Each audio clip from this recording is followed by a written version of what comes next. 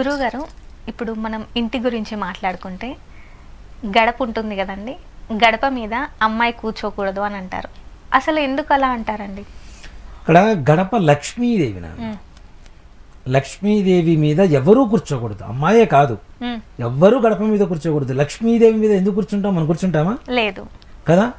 గడప ఇంటి మొత్తానికి ప్రధానం ఏంటి నాన్న? ప్రధాన ద్వారం. అవునా? ఇక్కడ మహాలక్ష్మీదేవి తిష్ట వేసుకొని కూర్చొని ఉంటుంది. అలాంటి తిష్ట వేసుకొని కూర్చున్న లక్ష్మీదేవి మీద గడప మీద కాలు కూడా పెట్టం. చూడండి, గడప మీద కాలు కూడా పెట్టం మనం. ఎందుకు? గడప అంటే లక్ష్మి కాబట్టి.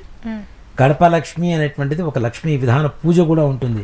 మనం ఇంట్లోకి వచ్చేటప్పుడే గడపను చూసిన తర్వాతనే ఒక రకమైనటువంటి ఒక ఆలోచన విధానం మారిపోతుంది. ఇంట్లోకి అడుగు వేస్తూనే బొట్టు పెట్టి మంచి అందంగా ఉంటే నిండుగా ఉంటే ప్రశాంతంగా లోపలికి వెళ్తాం మనం. అవునా? లేకపోతే ఎలా ఉంటుంది? గడిపే ఇంత ఇలా ఉంది, ఇంకా వీళ్ళు ఎలా ఉంటారో అని అంటారు. అవునా? అక్కడే మన లైఫ్ ను మొత్తం క్యాలిక్యులేట్ చేస్తున్నారా లేదా? మన జీవితాన్ని మొత్తాన్ని కూడా, మన కుటుంబ సభ్యులందరినీ.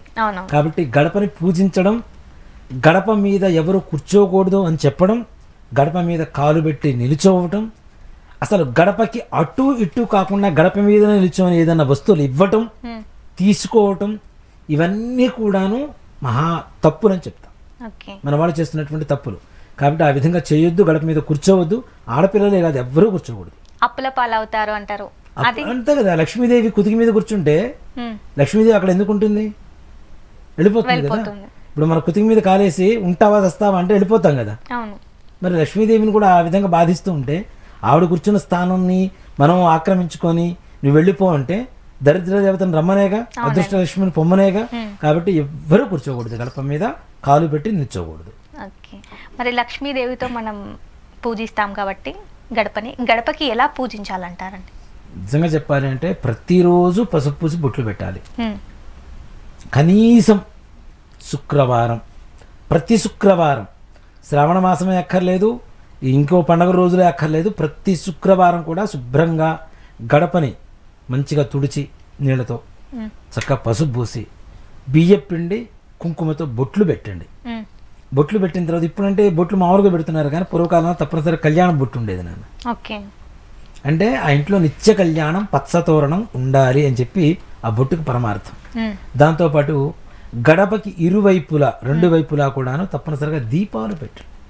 ప్రతిరోజు ప్రతి నిత్యం పెట్టవచ్చు. లేదు కనీసం శుక్రవారం చక్కగా ముగ్గు వేసుకుంటాం కదా ఇంటి ముందు, ఆ ఇంటి ముందు ముగ్గు వేసుకునే ముందు చక్కగా ద్వారాల పక్కన ఇది పెట్టండి. దాంతోపాటు అక్కడ గడప మీద ఉండేటువంటి గడప లక్ష్మి అన్నీ ఆకర్షిస్తుంది, అన్నీ చేస్తుంది నాన్న, గుడ్ ఆర్ బ్యాడ్. అందుకనే ఏం చేస్తామంటే నిమ్మకాయలు కోసేసి పసుపు కుంకుమ అద్దేసి పక్కన పెడుతూ ఉంటాం గడప మీద. తద్వారా ఉండేటువంటి సి విటమిన్ మనకు వస్తూ ఉంటుంది. అంతేకాకుండా భౌతికంగా చూసుకుంటే కూడాను, ఆధ్యాత్మికంగా చూసుకున్నా కూడా తప్పనిసరిగా నరఘోషం నివృత్తి చేసి బయట నుంచి బయటే పంపిస్తుంది. డోర్ వేసింది నాన్న, లోపలికి ఏం రావడానికి ఏం లేదు కదా. ఇక్కడ ఇది లాక్ అనమాట. నిమ్మకాయ అనేటువంటిది పసుపు కుంకుమ అద్ది పెడతాం కదా, అది ఒక లాక్. మంచిని మాత్రమే లోపలికి తీసుకుంటూ చెడుని బయటికి పంపించేటువంటి ఒక శక్తివంతమైనది నిమ్మకాయ. కాబట్టి అందుకనే ప్రతి బండి కొనుక్కున్నా పూజ చేసినప్పుడు ఏం చేస్తాం మనం? కడతాం కదా. ఆ నిమ్మకాయలు ఏం చేస్తామంటే ఉదాహరణలో దేంట్లో కూర్చి కడుతూ ఉంటాం. ఆ రియాక్షన్, కెమికల్ రియాక్షన్ ఏదైతే ఉంటుందో అది పాజిటివ్ని స్వీకరిస్తూ నెగిటివ్ని బయటికి పంపించేటువంటి శక్తిని కలిగి ఉంటుంది.